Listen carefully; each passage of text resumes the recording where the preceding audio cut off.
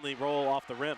Great fast hand by Augustin. Loose ball scooped by Posset. Posset finds Augustin. She misses the shot. Azebo scoops it up, lays it in. The Colonials doubling up the Terriers. Almost acted like a pass off the glass. Augustin very short with the lay-in opportunity, and Nneka Azebo right there to clean it up. Forcing the ball to go out of bounds. And in the process, the Colonials get the team carom. Augustin with the tray, fins up. Robert Morris is up 11-4.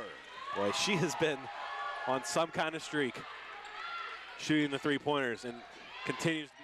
Adams to Azebo, left elbow. Curls around a defender. What a great move from high left to low right, up and in for Nneka Azebo, and it's timeout time for the Terriers. And she started on fire too, already with 8 points, 4 or 5 from the field, couple of rebounds. Steal by Posset, just stepped in front of a pass and took it away. Posset, coast to coast, scoop to the hoop, up and in. Another situation there, not necessarily on a fast break, but nobody stepped up on Isabella Posset. Abby Lassen was there trying to give a little help, but Posset much too fast, able to get right to the rim. High right side, it's Horton stepping around. Made a notch in the Colonials' belt as they've won 2 of the last 5 matchups in this series. Yeah, for whatever reason, it's always been a tricky matchup.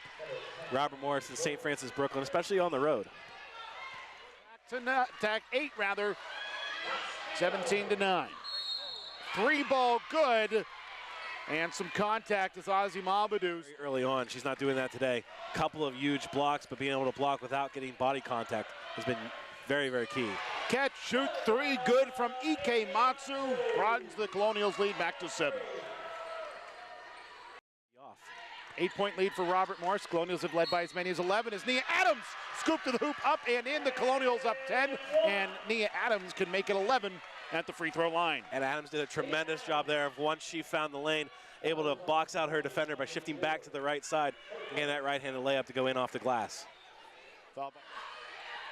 Azebo goes baseline. Jump stop, kicks out. Posset settles for a 3. That'll spin in good, extending the Colonials' lead.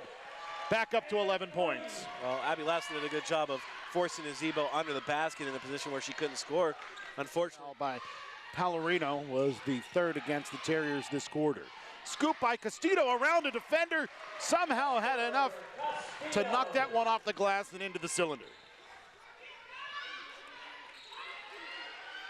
Far sideline.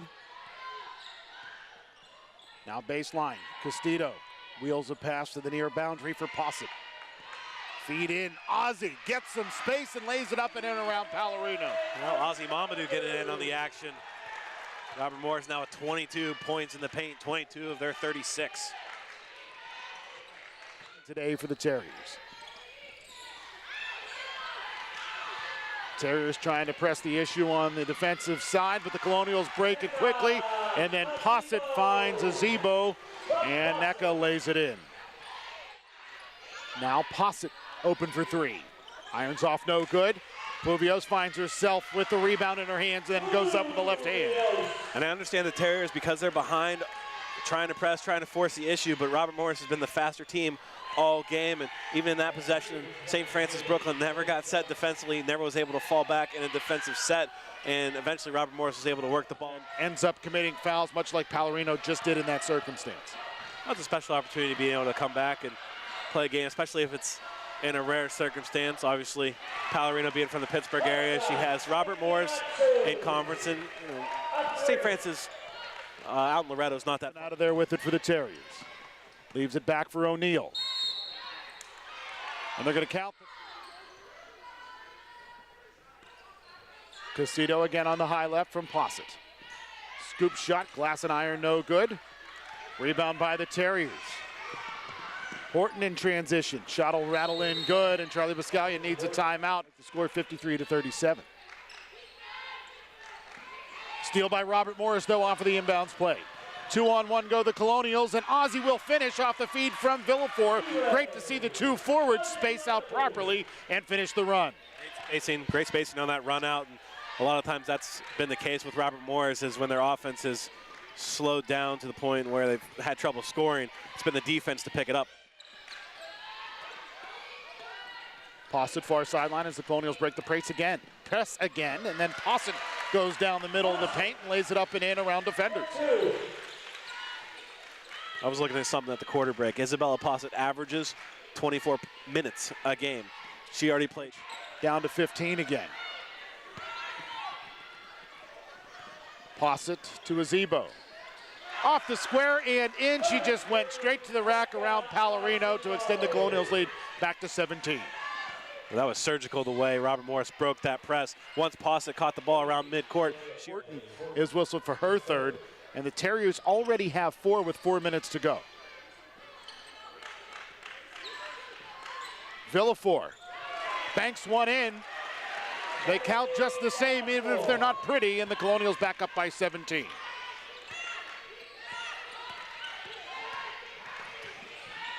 Jump stop by O'Neal. Scoops it out for Lassen. Posset, runner up and off the glass and in, and with 2 minutes to go, Robert Morris is back up by 20.